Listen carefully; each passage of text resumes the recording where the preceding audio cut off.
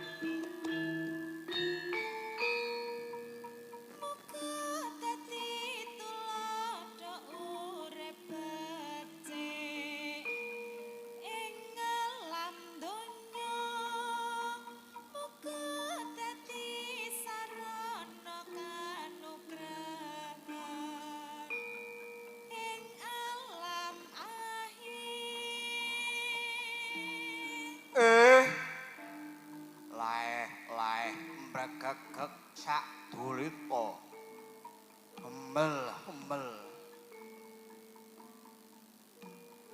Bombong mongkok atinipun Semar Badranaya.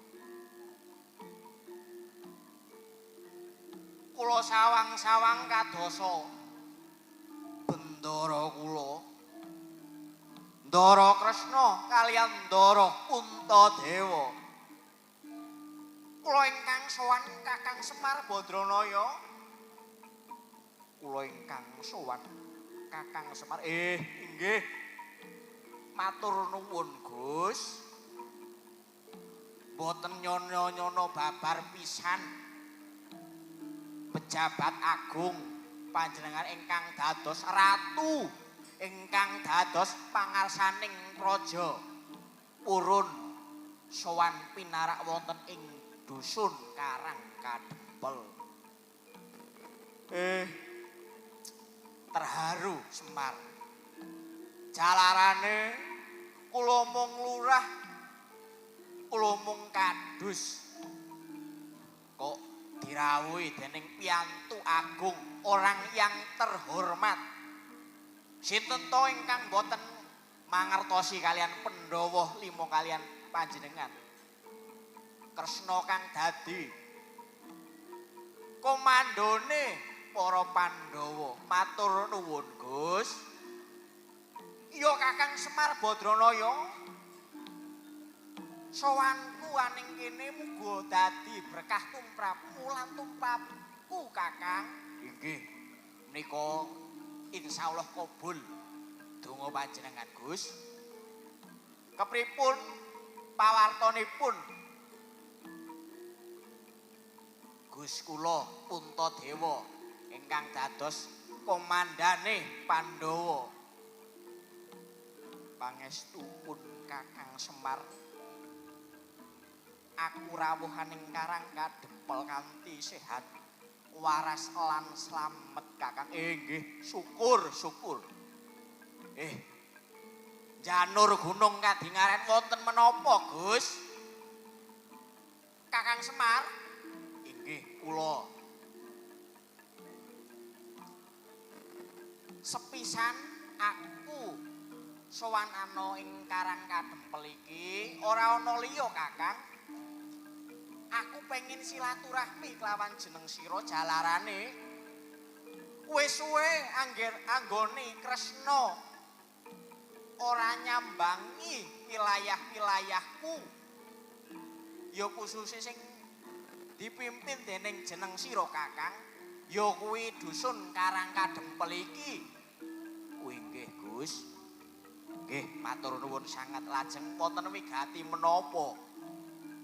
Kakang Semar angka kaping 2ne jujurke wae aku kelawan adikku Yayi Puntadewa arep nakoke babakan ana pawarta nahyanake panjenenganmu bakal bangun kahyangan iku bener apa ora beritaku, Kakang?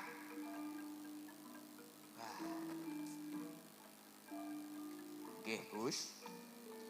Walah, iki kok ana kewan apa iki? Nggih. Nyuwun pangapunten Semar badhe jawab kanthi jujur nggih, Gus. Iya, Kakang. Sing aku karepke kudu kaya mengkono. Blak kotang terus terang wae apa enenge wae, Kakang? Nggih. Menawi pawarta mekaten ingkang sampun sumebar wonten ing alam jagat raya, Gus.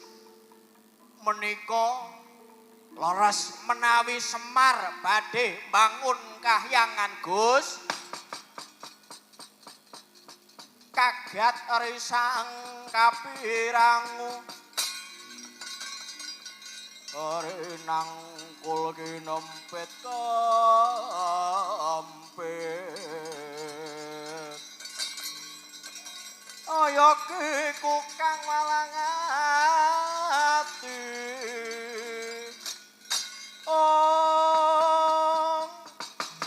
aya kiku kang ngono sing tias yo kiku kang kudu kering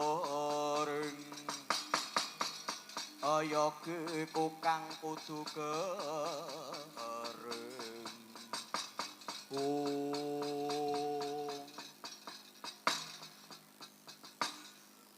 Kakang Semar aku njaluk pangapura aku kaget nggih mesti panjenengan niku kaget kula mangertosi Gus iya Kakang aku njaluk pangapura Kakang dudu perkara Kresna iki nyepelekke marang jeneng sira nanging Kakang nyuwun pangapura Kakang nggih kados pundi kahyangan kuwi wis ana Kakang nggih kula mangertos wonten kahyangan Jonggring Saloka iya sing manggoni para dewa para wakil-wakiling rakyat kang dipimpin dening para dewa, para brahmana Kakang. Nyuwun pangapunten Kakang. Panjenenganmu mung lurah, panjenenganmu mung rakyat cilik. Apa ora salah kaprungu Kakang. Nah yenake panjenenganmu bakal nggayuh lintang bangun kahyangan. Kang mongko udu patrapmu dudu panggonane lan dudu wilayahe Semar bangun kahyangan Kakang. Kresna ngaturi enget Kakang. Panjenengan nyepelekke kula berarti.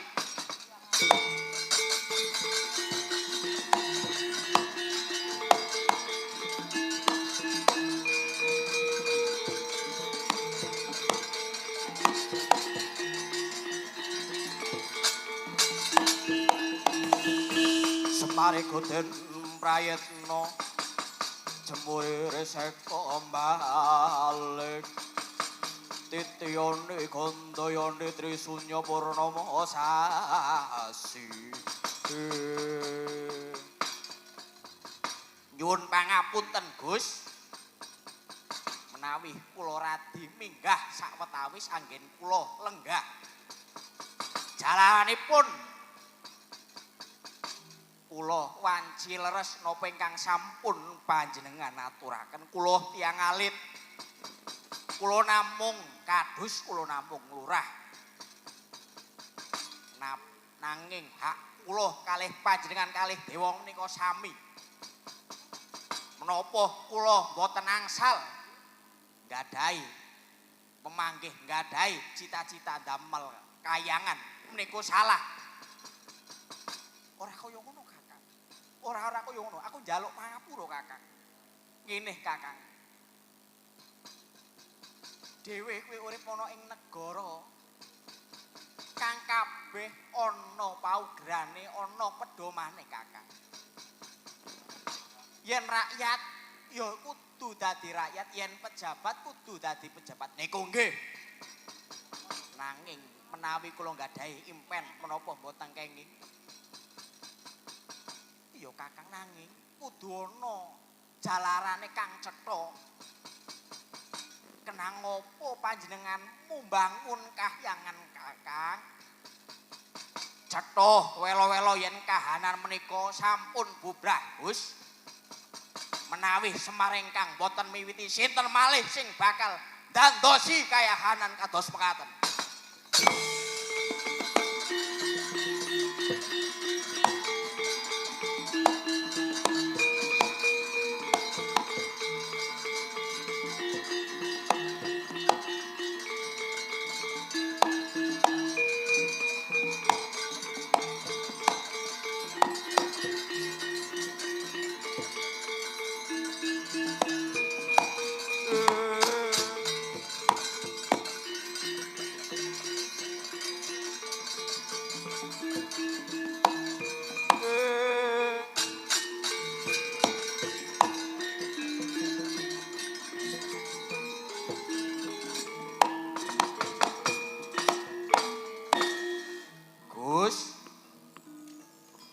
Nyuwun pangapunten Gus. Iya Kakang Semar aku sing njaluk pangapura Kakang. Kula ingkang nyuwun pangapunten duh Kakang Semar. kahanan mekaten sampun damel Sungkawa Sang Semar Badranaya. Monggo panjenengan mumpung sampun sowan wonten ing Karang Kadempel, monggo Semar tansah ngajak marang panjenengan, monggo ndandosi kahanan mekaten Gus. Kula senadyan rakyat alit pengin anggadhahi angen-angen kahanan menika saged ayem tentrem hangayomi. Rakyat mboten susah Gus, mesake rakyat panjenengan. Iya Kakang, iya.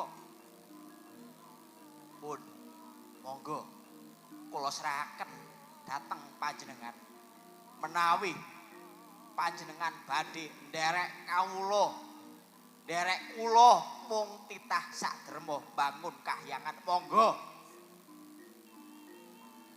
Kakang Semar, kepripun kahyangan pundi ingkang badhe dipun damel? Menika rahasia mangke kula bongkar. Intinipun panjenengan sarujuk napa mboten? Iya Kakang, aku sarujuk Kakang. Inggih, uga semanten kawula Kakang Semar. Inggih, bagus Gus.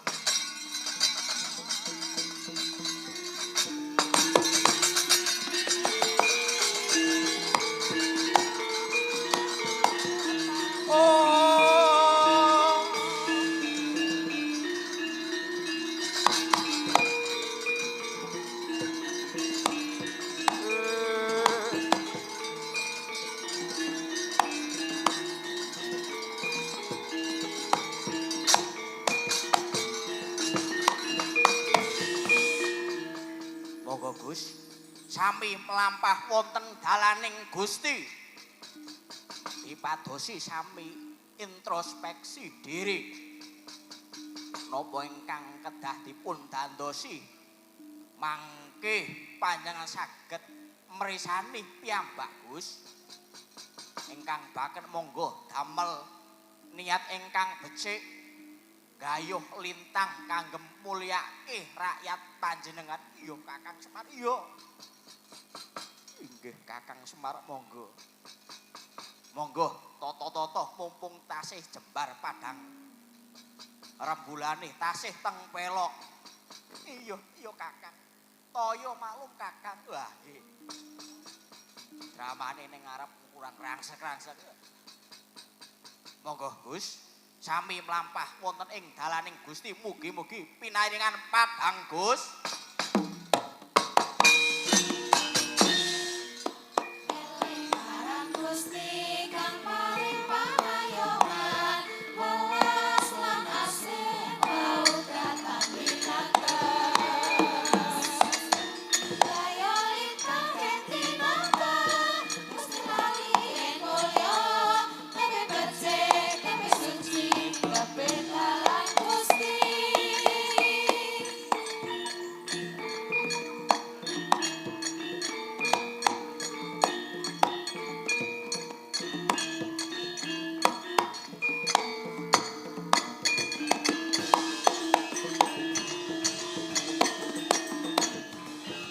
Monggo melampah sesalangan. Iya Kakang, aku derekke Kakang. Kula derekke Kakang Semar nggih.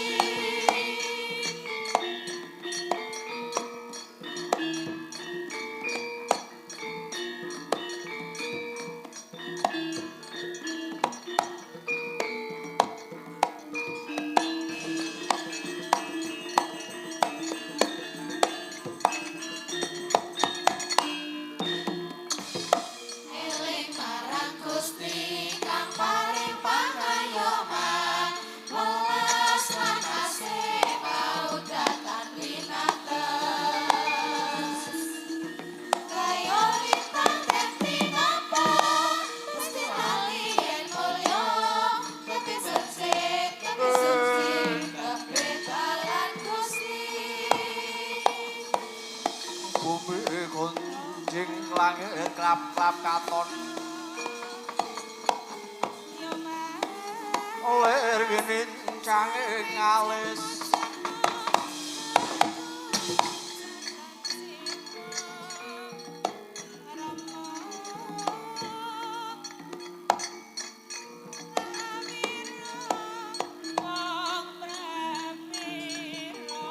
sang pandhita kinarya wangsit oh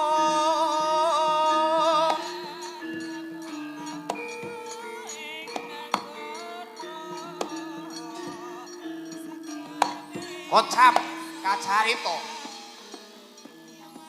geger wonten ing jagat raya Semar bangun kahyangan Semar bangun kahyangan Semar bangun kahyangan pawarta menika kabar menika viral wonten ing jagat raya wonten ing media sosial dadosa perkawis ingkang ageng karana pawarta menika kapireng dumugi kahyangan Jonggring Salaka kahyangan ingkang dipun pimpin dening Sang Hyang Jagat Girinata Yuh Bathara Guru sajaipun sirik kalian pun Semar Badranaya badhe ngimbang-imbangi kekiyataning dewa damel kahyangan dados dewa sami rame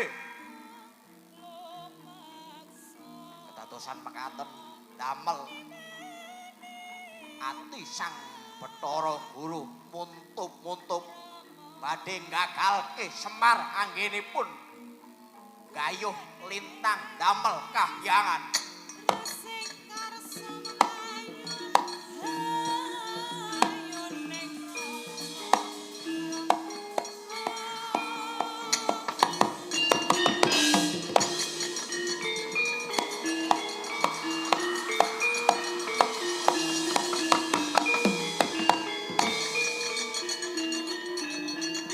kahyangan Jonggring Salaka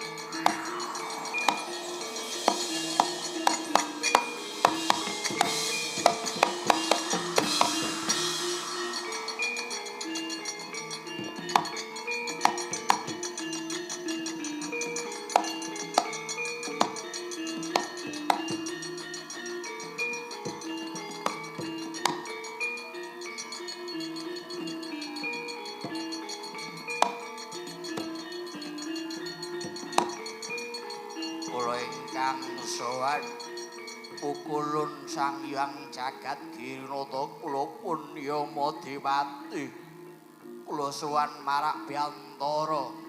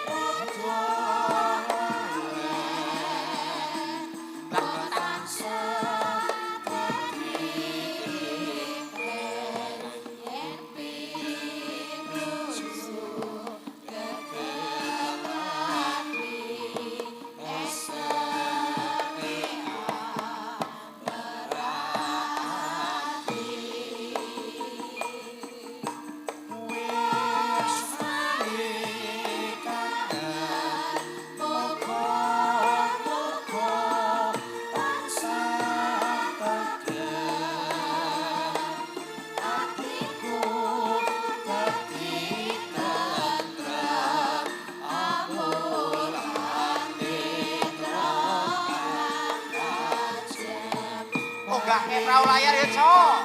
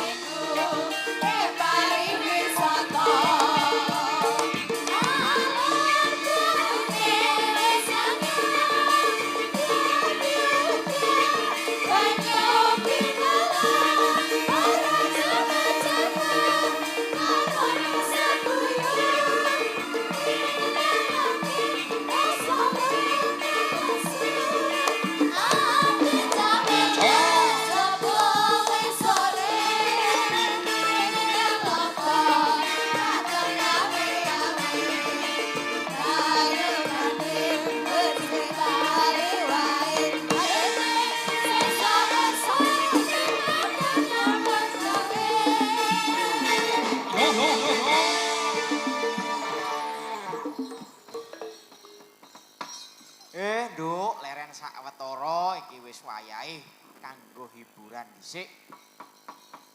Karana sesuai dengan janji yen to wis dadi adate Raraswara aku lan sak kadang-kadangku kabeh.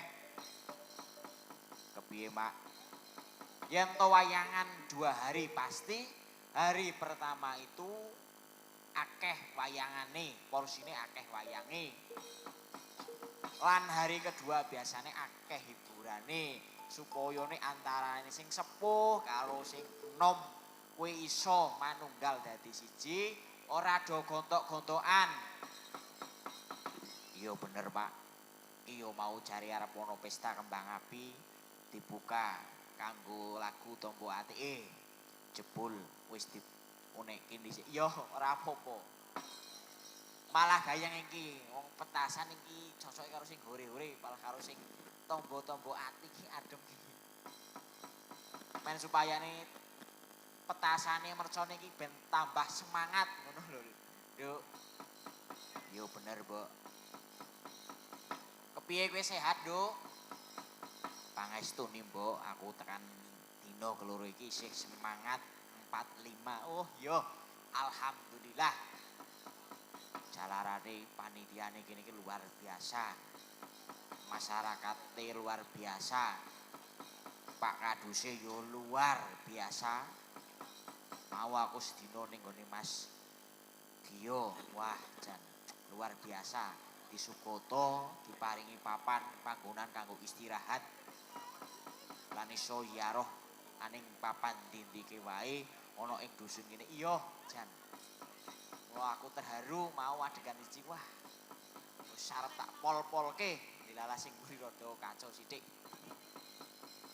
Ini Nduk, alhamdulillah iso kaleksanan rong dina aning kene, muga-muga engko tekaning pungkasaning adicara ringgitan mau pinaringan lancar, kebagaswarasan, berkah barokah kanggo sedayanipun. Allahumma.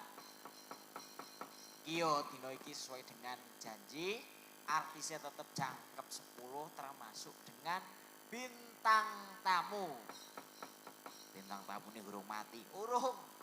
Aja mati dhisik tanggapane tekan bookingan 2026 wis ana e. Ning Pemalang, ning papan-papan dike wae ning Batang barang. Wis booking alhamdulillah sura wis entuk 11. Ya termasuk ana paketane Mas Garing Bagong sing bareng-bareng do ikhtiar golek dalaning Gusti Allah kanggo cara seni lan budaya. Yo iki ora sandadak suwen ditancani. Yo. Iki yo sesuai dengan janji mengko tetep Mas Dias dihitung artis ya Mas Dias. Iki luar biasa sing nonton akeh iki. Alhamdulillah do tresno karo dhewe muga-muga sedulur sak lawase. Allahumma. Monggo Mas Gareng lan Mas Bagong kula aturi jumeneng spotipun menapa? Mas Bagong. Nggih. Ngikut zaman sekarang. Napa? Sing gek viral lak Saleho. Oh, Saleho. Ha nggih. Saleho. Nah niki berarti napa? Warokan. Nggih. Siap. Urung-urung apa-apa mau metu wae wis dioyok karo pamirsa foto-foto. Niki wau. Jan mung kaya ngono wae, Nduk. Ora gelis nusul-nusul Mbah Tumiji. Dalan gunung kok lunyu tenan mengko sore tak urugane dalan gunung kok ayu tenan mengko sore tak parah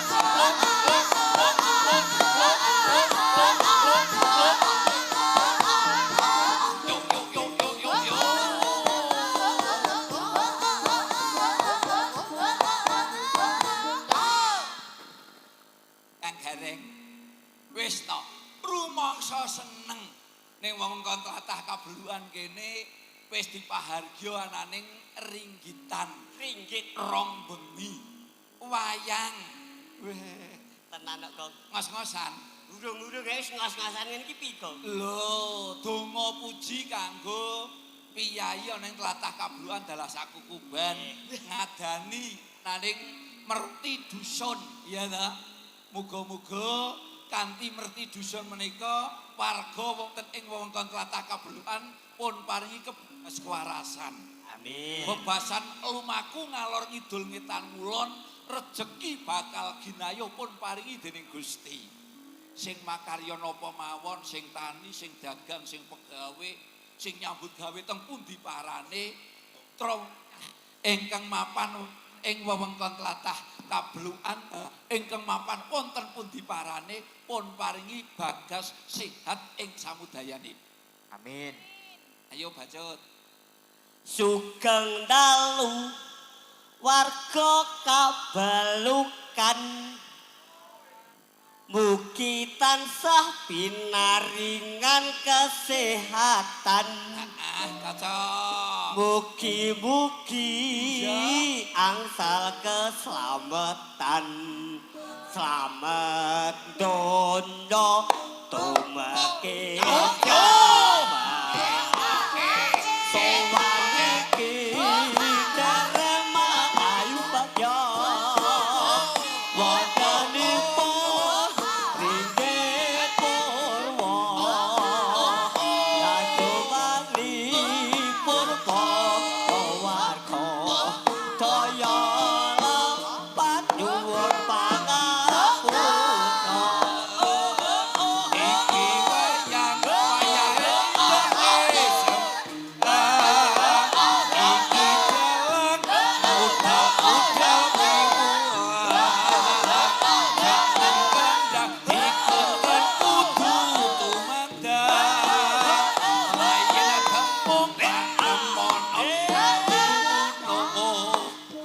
Wilujeng preso sakupro miyarso dawah kakung ane putri dala putro dalu niki nyuwun Gusti kang kamso pangono rezeki kang malimpah yo.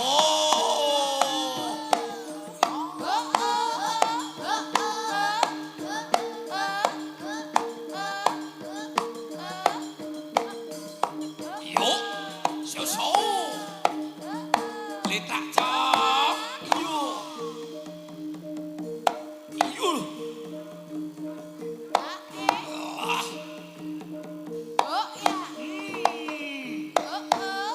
Oh, apa kuwi? Oh iki ngopo? Iki rampungane kok wagu men to. Nek Rampungane wagu. ya ora ana barang wagu. Wong sing presa ning pojok tekan pojok kae ngopo to? Bengi iki wewungan. Wewungan. Kejaba nonton wayang, iya to? Heeh. Mrehatinke rasa, mrehatinke raga. Heeh, mresane ning pagelaran minangka wujud tandha syukur warga ning wewengkon tlatah Kabelukan. Nek ming syukur, ming ditulis syukur kuwi gampang. Aku kuwi angel. Angel. Waragat ya ora sithik, iya to? Tenan kok, Gong. Mula kuwi, Buh Jim Smo Kinarya Japa Mantra Kabelukan sing bubak cithak ana ing wewengkon tlatah Kabelukan wis mastani donga Kinarya Japa Mantra aksara KA Kabegjan, kawarasan, kasehatan, muga-muga lumintu warga masyarakat ana ing tlatah Kabelukan paripurnaning Bathara ya jagat pangestungkara. Ingsun kleru njaluk pangapura.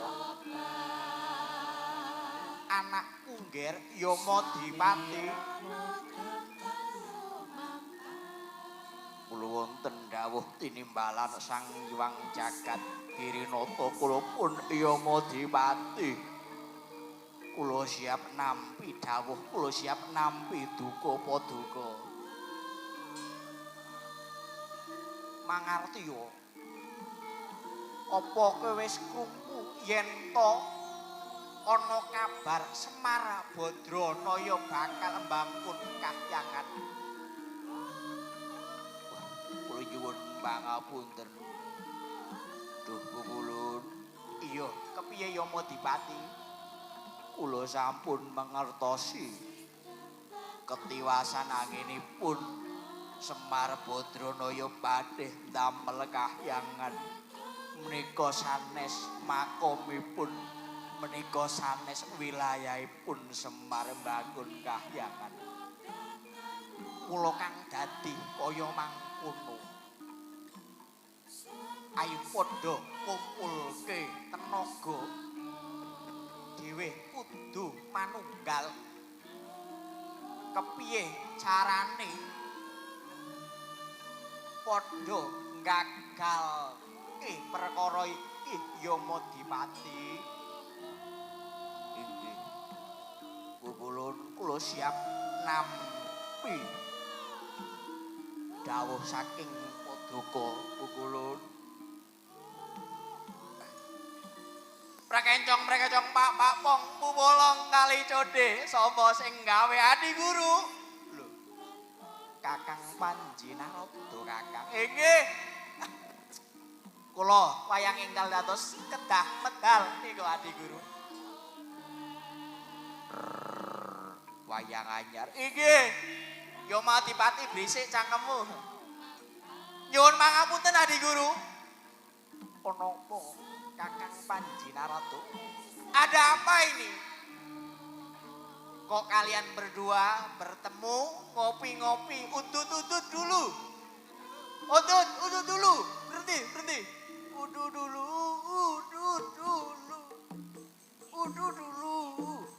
boten usah fales yo Yamadipati proyek apa ini duko menika buku jangan bohong jangan bohong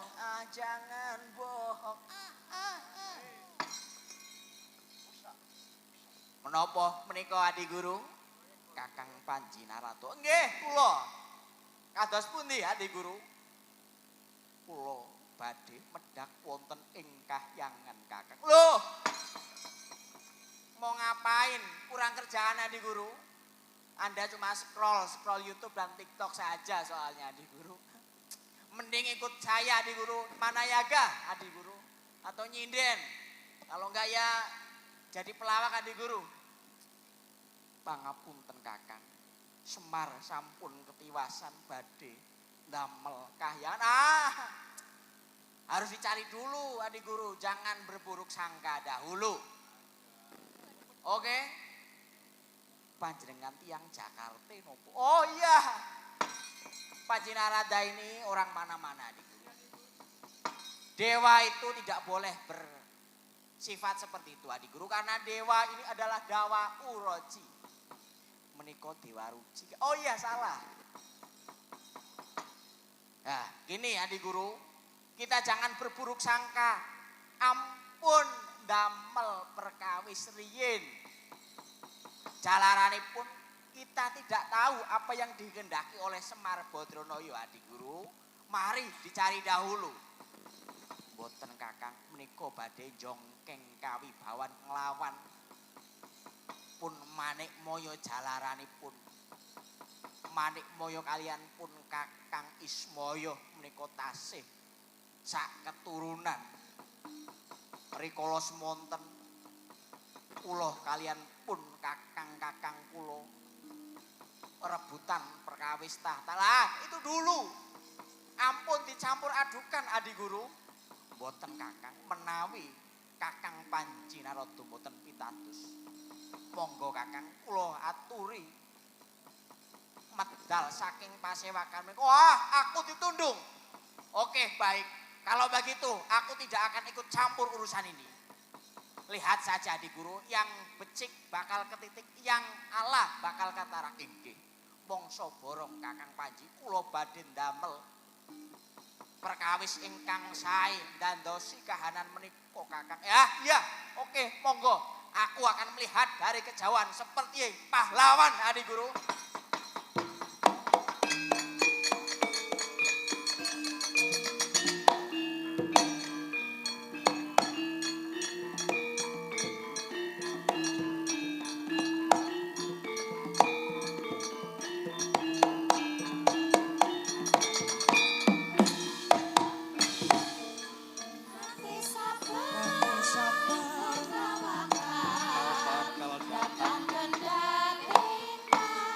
Adipati. Bulu Kakang. Hati-hati. Barangkali kau jadi korban. Belum tentu pimpinan dewa itu benar. Belum tentu juga Semar itu betul. Tapi harus diingat, manusia ada batasnya. Kalau kamu hanya bekerja untuk uang, kamu akan celaka. Wah, kulo nampung kerja ya. Tapi jangan seperti itu, kamu akan merugi. Tanggung sendiri nanti Adi. Bikin esto akan dawuh. Ya.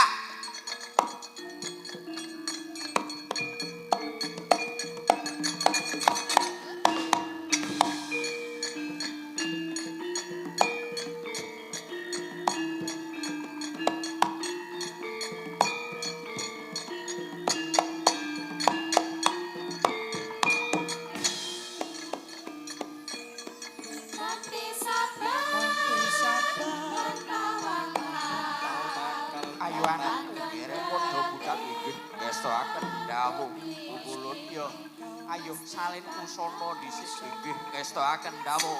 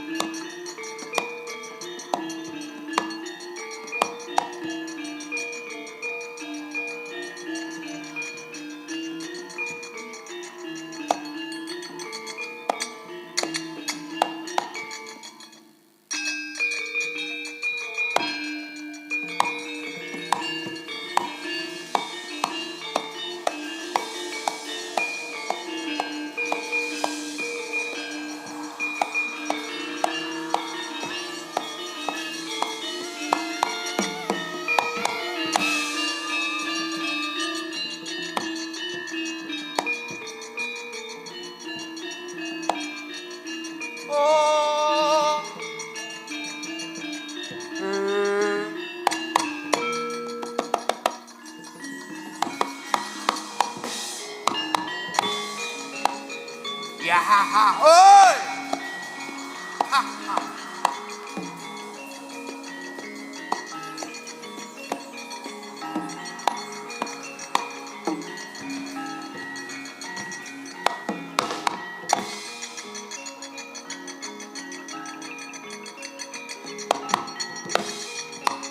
Ha! Hip hop.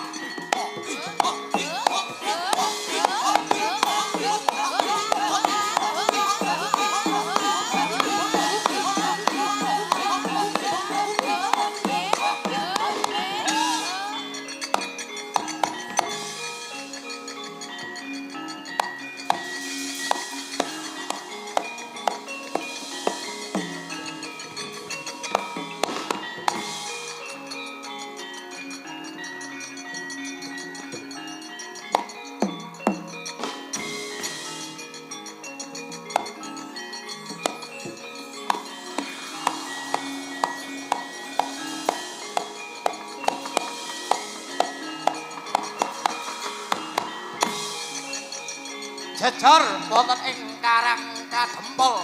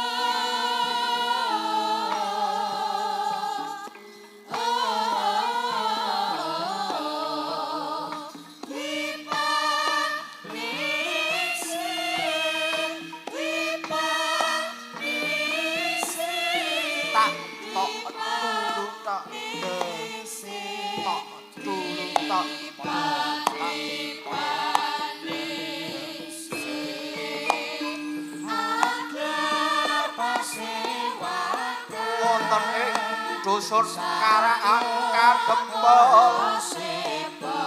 Sang Semar Badranaya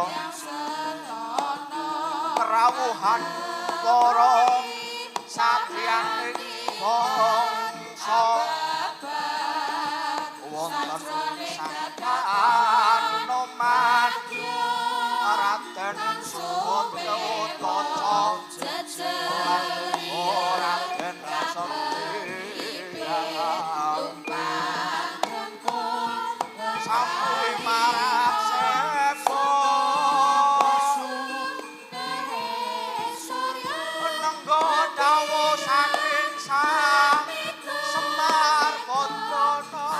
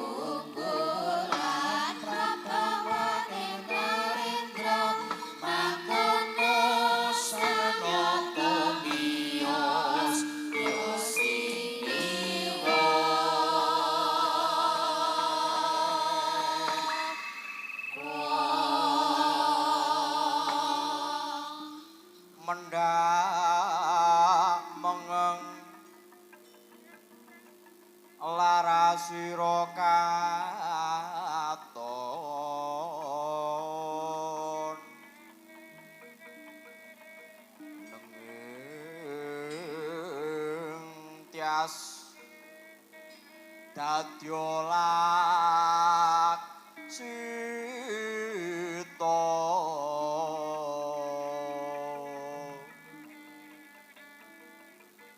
nanging hening patrap pipun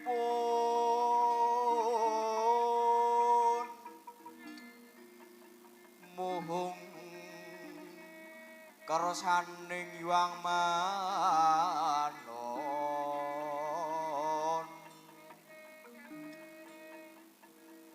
linambaran aselan rila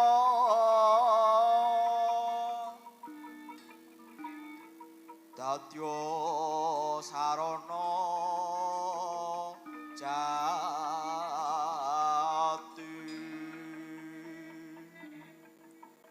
munggu kersaning yuang aku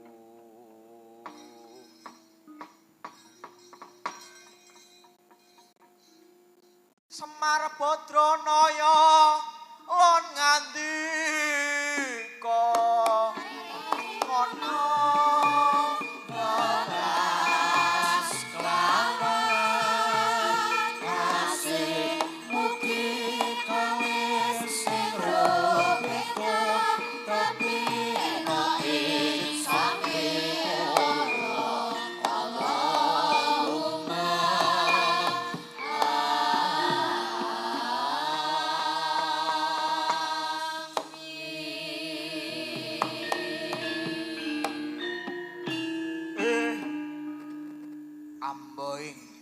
ing amboing. Wah, mboten nyono-nyono babar pisan. Karang kadempel dados papan panggenan kagem nyantri. Ndara Anoman, Ndara Gatotkaca lan ugi Ndara Sentyaki monggo lungguh ingkang prayoga Gus. Kula ngaturaken agunging pangaksama awit panjenengan sampun ikhlas lair batos badhe bantu kawula nggih Semar Badranaya kagem bangun kahyangan. Luar biasa Masya Allah. Yo Kakang Semar Badranaya. Sembah bektiku konjuk Kakang. Muga-muga tekaku mrene dadi ganjaran tumrap lan dadi amalan tumrap jeneng sira Kakang. Inggih Anoman nggih. Panjenengan niku monyet tapi berhati baik seperti manusia. Akeh menungsa sing watake kaya kethek ya akeh. Contone reng, ora usah disebut. Contoh bae Panayaga. Bakso. Berangkat ngoyok. Idil. Sing tukang beduk ya melu nunut. Kowe kaya kethek. Ya ora kaya kethek maning. Wis kaya celeng. Anake tukang jaipong ya ora seneng dijenengi Hafiz, jenenge Bruk.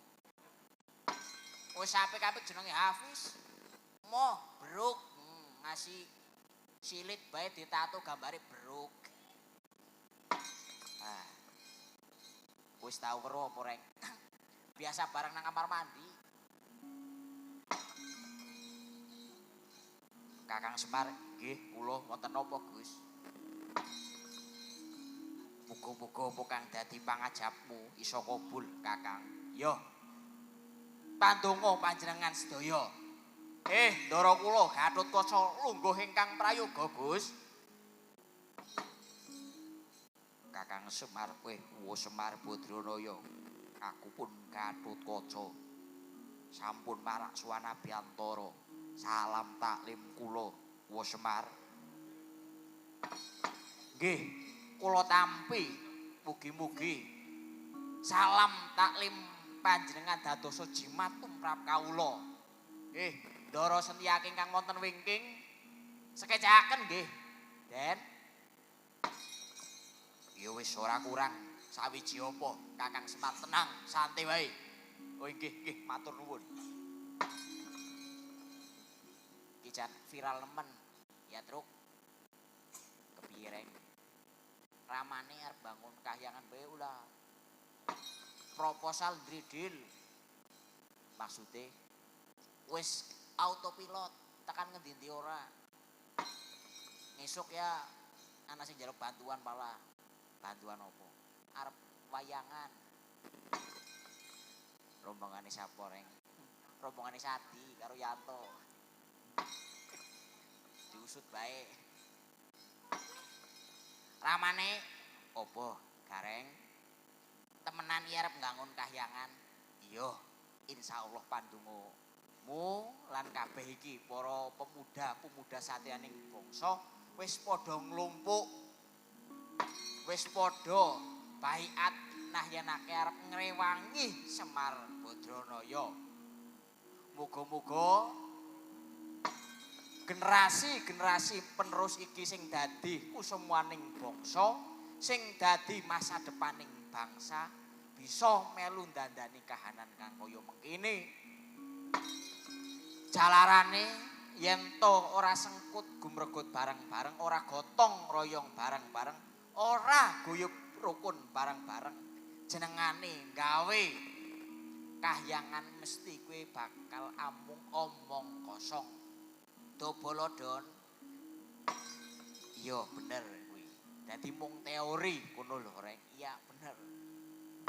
Kayak muga-muga ke ikhlas tenan wong jenenge bocah siki mono. Esuk delik, sore tahu. Esuk delik kuwi sore tempe rek. Karep-karepe nyoh. Esuk sore apa bengi tahu ya ora apa-apa. Matur nuwun sanget, Ndara. Semar Badranaya. Nggih kados menapa, Gus? Yen to kurang barisane para kawula muda, Gatotkaca siap ngopiake kabeh-kabeh para pemuda-pemuda anak turun Pandhawa supaya sengkut gemrugut melu napak tilasmu, melu jejakmu bakal bangun kahyangan. Nggih, matur nuwun sanget Gus. Menika perkawis mangke mawon. Nanging Semar Badranaya nggih kados pundi? Aku anggadhahi siji pertanyaan marang jeneng sira Semar. Nggih. Pertanyaan menapa mang tangletaken kalian pun kula kemawon menawi kula saged njawab mesti kula jawab, menawi boten nggih mesti mengke kula bakal bloko suta. Gus, kados pundi? Semar tekan sakmene lawase jane aku sih bingung. Ora mung aku, nanging aku makili apa kang dadi pendapate Wanoman lan Setyaki.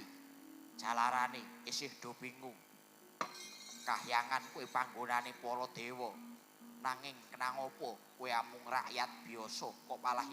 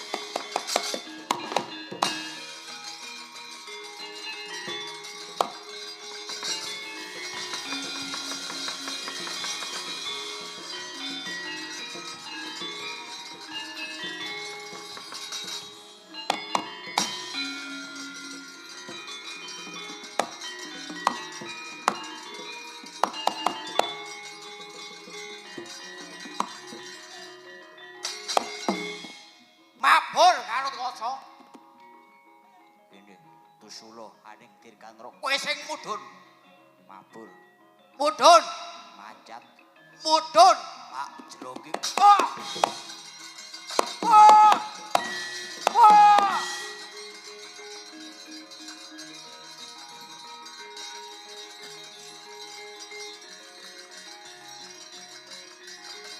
Wah.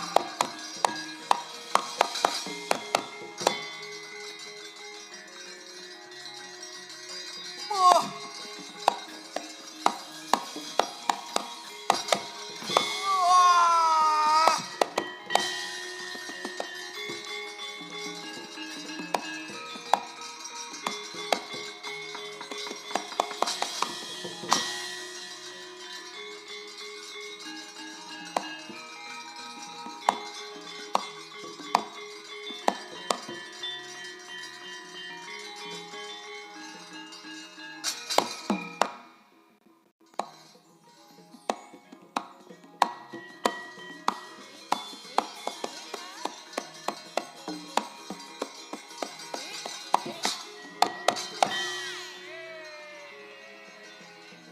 Wah, asu.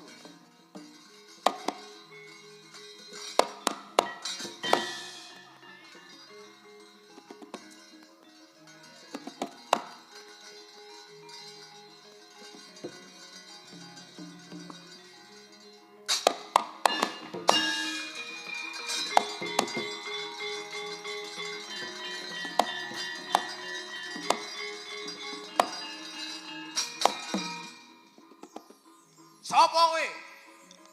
Jenengku Batman. Wah. Kowe sing jenenge Gatotkaca. Iki pancen keporo nyata Gatotkaca. Mudhun. Munggah. Mudhun. Munggah. Mudhun. Jloki. Wah. Wah.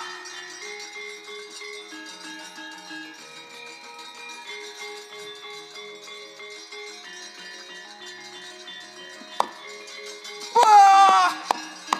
Wah. Colke aku takut. Wah. Wah.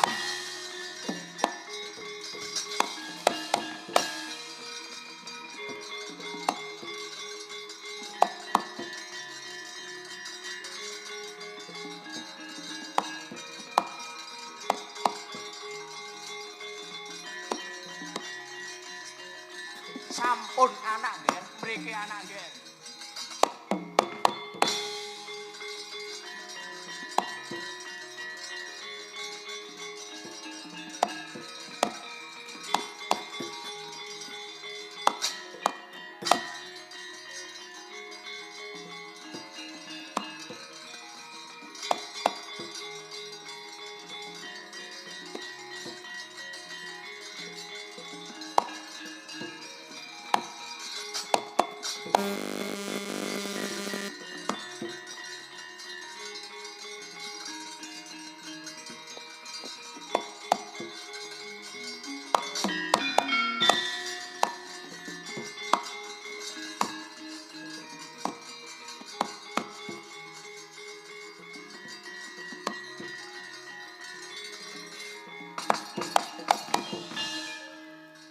Pun anak Ger.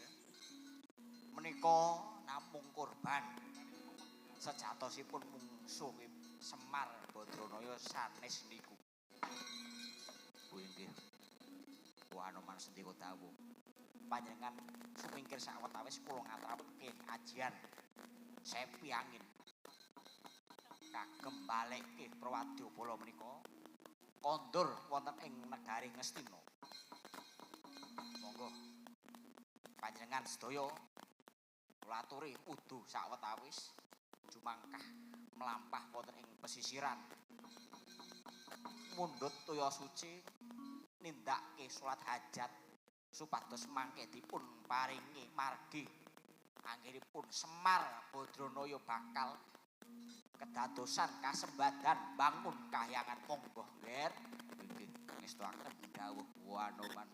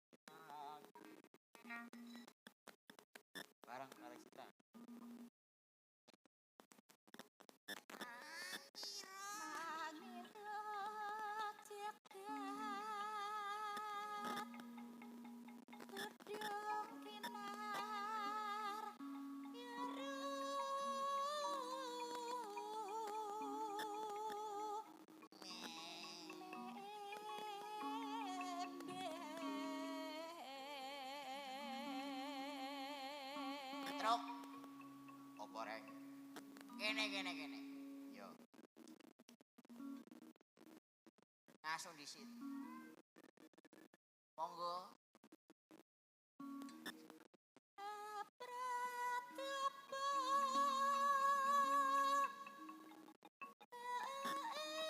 Kok? Apa, Tre? Ngene kok. Ya.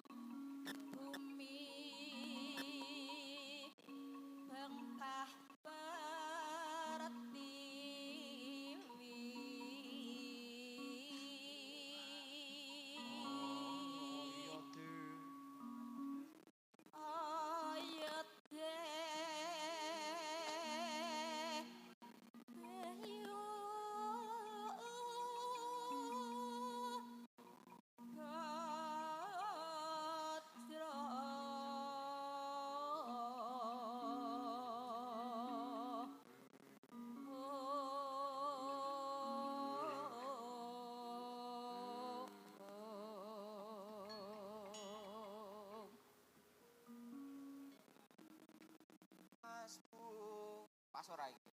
Belok. Nem.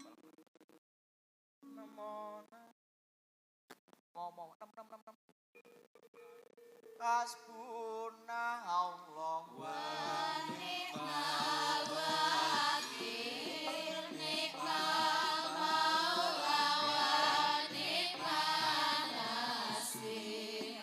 Wala haula wala quwata illa billahil aliyyil azim.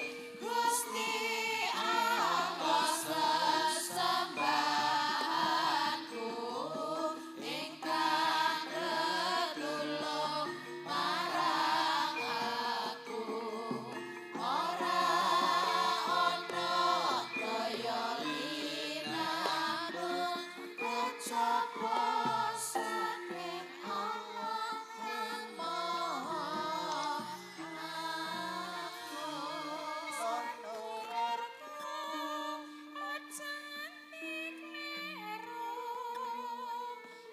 Gusti Allah sesembahanmu rinten lantamu mong limang waktu kanggo brasta bongkar lan nafsu.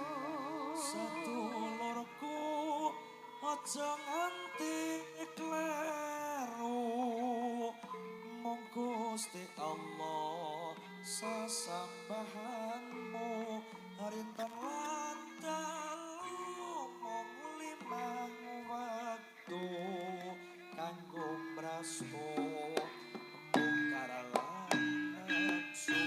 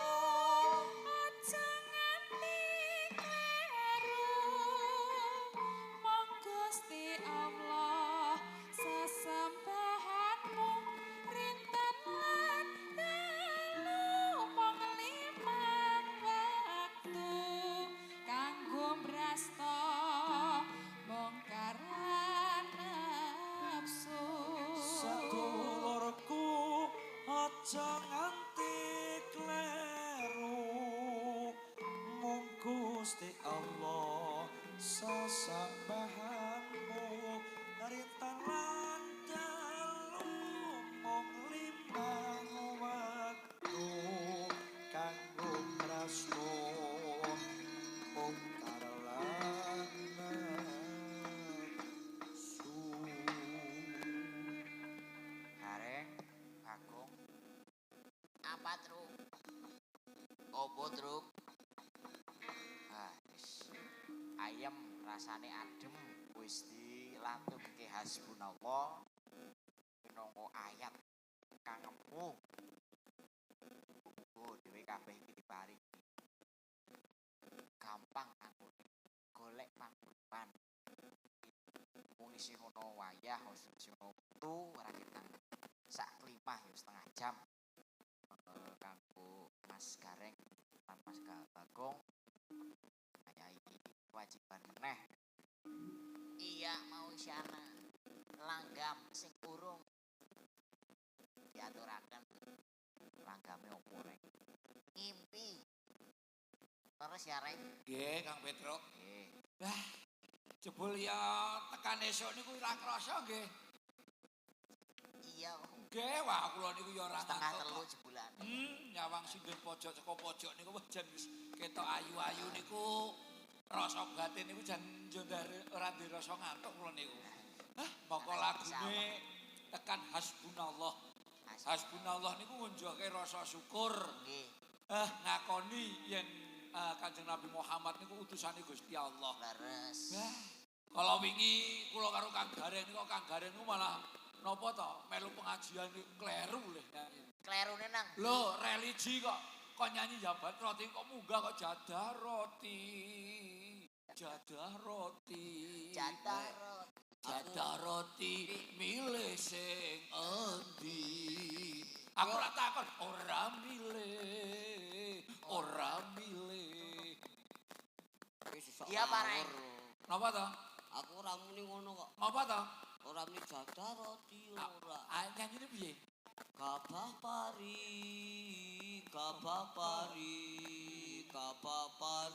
iku maregi. baregi Orang ngandel anek gabah kuwi nyepruti gajal gabah nek pangan ning telak ora nyepruti Sing Bisa gabah mateni digiling malah ya. dadi beras. ayo ngomong sing cetha beras lonjong beras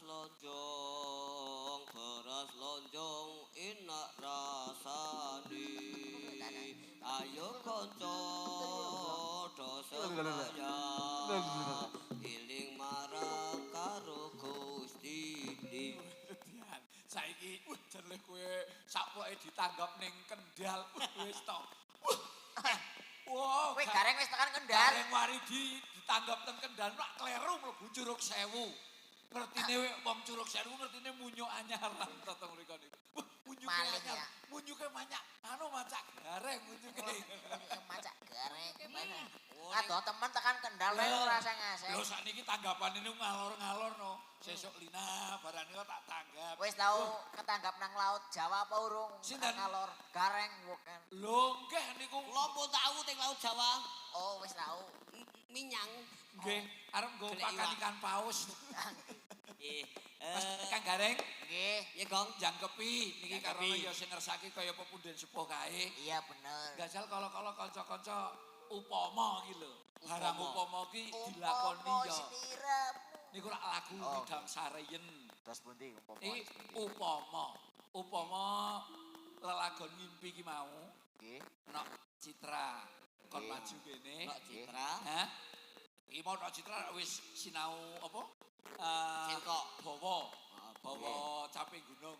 Nggih. Iki umpama ngimpi dibawani yo dipalarke alon-alon. Heeh. Ngene, Nduk. Ini Nduk. Lho, Ayo. wong sinau ki ora ana ilange, ya ta? Tenan. Iya. Mula buka sing bathi ki ya sapa? Ora. Upama mengko kena nggo luru sandang pangan gitu. Nggih. Ming sak ngimpi wae sakniki payune yutanan. Oh, Citra. Ngaten. Citra ki ora mung iki tok. Apa to? Dome pangan kok. Apa to? Anjait. Oh, jahit. Iya, iki. Ora reng Bagong. Ki mau wengi iki wis ana lakon Citra. Nah, Heeh, dadi bener. Isuk ki ora mung Gareng Bagong ana paketan maning Citra karo Langgang. oh Citra siapa? Langgang sing Oh. tukang beduk. Oh, ketoprak edan kuwe. Citra karo Langgeng. Iya. Ngertiku nek Langgeng iki saiki wis dipek karo Kiai nang Magelang. Oh iya, kayak lagi. Dadi wisata. Lah iya Kiai Langgeng. Kiai Langgeng. Lawase tetep langgeng terus. Iya. Hah? Apa to bocah kok ubrut wae. Oh, ja. Kabeh bundet. Cit. Ki Pak D iki melu seneng melu bunga. Karo kowe saiki wis gegulang sinau Jawa. Nggih. Saka tindingan kaya ngono kae dingengen ya to Nggih. minangka dening ibadah budaya. Ibadah budaya ki ikhlas. Najan kowe iki guwak wektu ya to. Wong geguwak ki ora bakal kok ilang. Bener. Contone kaya wong supit. Wong supit ki diketok pucuke, diguwak ning saya mundhak taune saya dawa, ora saya ilang. Apa nggih? Iya, bener ya. Nek sampeyan ora percaya nek wis delok nggon Mbah Toyo kae. Apa yang ini tambah tua tetep tambah Lho, Jawa. wong supit niku ora ana disupit ngene kok aja saya entek, mesti saya dawa. Oh iya ya. Ki dawa pikirane. Ya ora ya dawa barange wong supit kok dawa pikirane goblok. Tegese saya gede kan saya Iya dewasa bener. kok yo. Jan gobloke pono mon. Sinten? Ngomong ae wong supit kok supit pikirane. Lah ya katir duwe utek Wi- tekan wi ngendi tegese. rasionale. Hah? Tegese ki yo Ora nganggo tegesan, wong saiki ora do Yo udon. wis lah. Oh, tegesan. Tadi langsung ki rokok. Ora wis kok meneng bae wis reng meneng bae. Nggih. Nah. Kang Gareng. Dik Hafiz. Aduh. Sahur. Ngambara ing salah Sinten? kok kowe. Yo. Ngawang Kiu.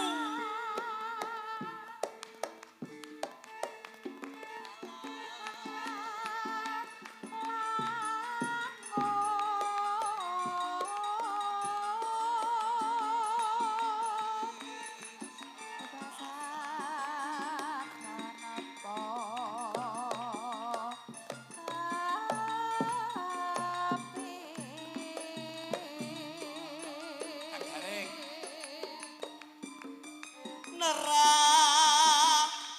Nerabas ing Homeka Homando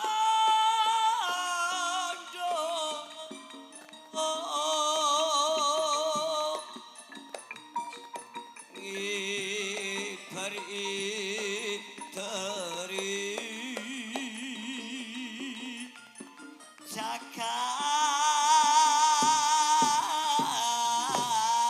Jakat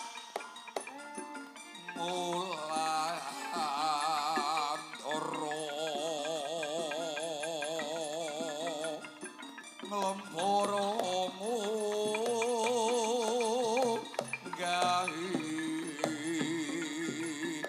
gunung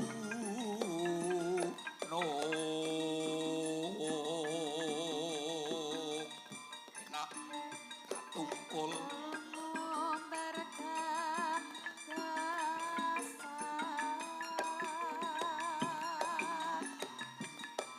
satem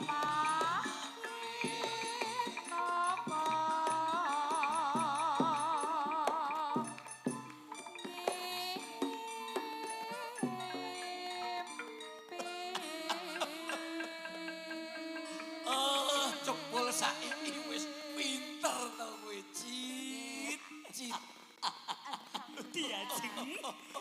Diajeng. kene diantup diantup diantup Ya, Jeng. kene diantup Kok nyedak bareng kakang diajeng. sing kowe tak antup Diajeng. pegane Wis diantup saiki golek dhewe-dhewe diajeng. diantup Nggih. Diajeng. Hah? Umpama Apa? umpama Apa iki meneh? Kamu suka. kok aku dadi Apa? dadi Takon.